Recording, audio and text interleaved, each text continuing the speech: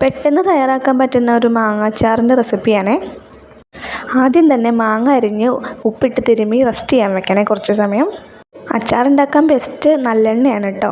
ഇവിടെ നല്ലെണ്ണ ഇല്ലാത്തതുകൊണ്ട് ഞാൻ വെളിച്ചെണ്ണയാണ് യൂസ് ചെയ്യുന്നത്. എണ്ണ ചൂടായി വരുമ്പോൾ അതിലേക്ക് കുറച്ച് കടുക് ഉലുവ ഇട്ട് പൊട്ടിക്കുക. പിന്നെ കുറച്ച് കറിവേപ്പില ഇട്ട് മൂത്ത് വരുമ്പോൾ ഇഞ്ചി വെളുത്തുള്ളി ചേർത്ത് വഴറ്റാം. ഇതിൻ്റെ കൂടെ നമുക്ക് പച്ചമുളകോ ചുവന്ന മുളകോ എരിവിന് ആവശ്യമായിട്ട് ചേർക്കാം കേട്ടോ. ഞാനതൊന്നും ചേർക്കണില്ല, മോക്കും കൂടി കൊടുക്കാനുള്ളതായതുകൊണ്ട്. നന്നായി വഴണ്ടി വരുമ്പോൾ ആവശ്യത്തിന് കാശ്മീരി മുളക് പൊടി ചേർത്ത് ഇളക്കുക. ആവശ്യത്തിന് ഉപ്പും കായപ്പൊടിയും കൂടി ചേർത്തിളക്കണം കേട്ടോ. അച്ചാറിൽ നമ്മളങ്ങനെ മഞ്ഞൾപ്പൊടി ചേർക്കാറില്ല കേട്ടോ.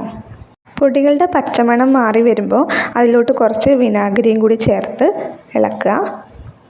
ശേഷം നമ്മൾ ഉപ്പിട്ട് തിരുമ്മി വെച്ച മാങ്ങ ചേർത്ത് ഇളക്കുക. അധികം ചൂടാക്കാൻ പാടില്ല, വെന്ത് പോകാൻ പാടില്ല കേട്ടോ മാങ്ങ.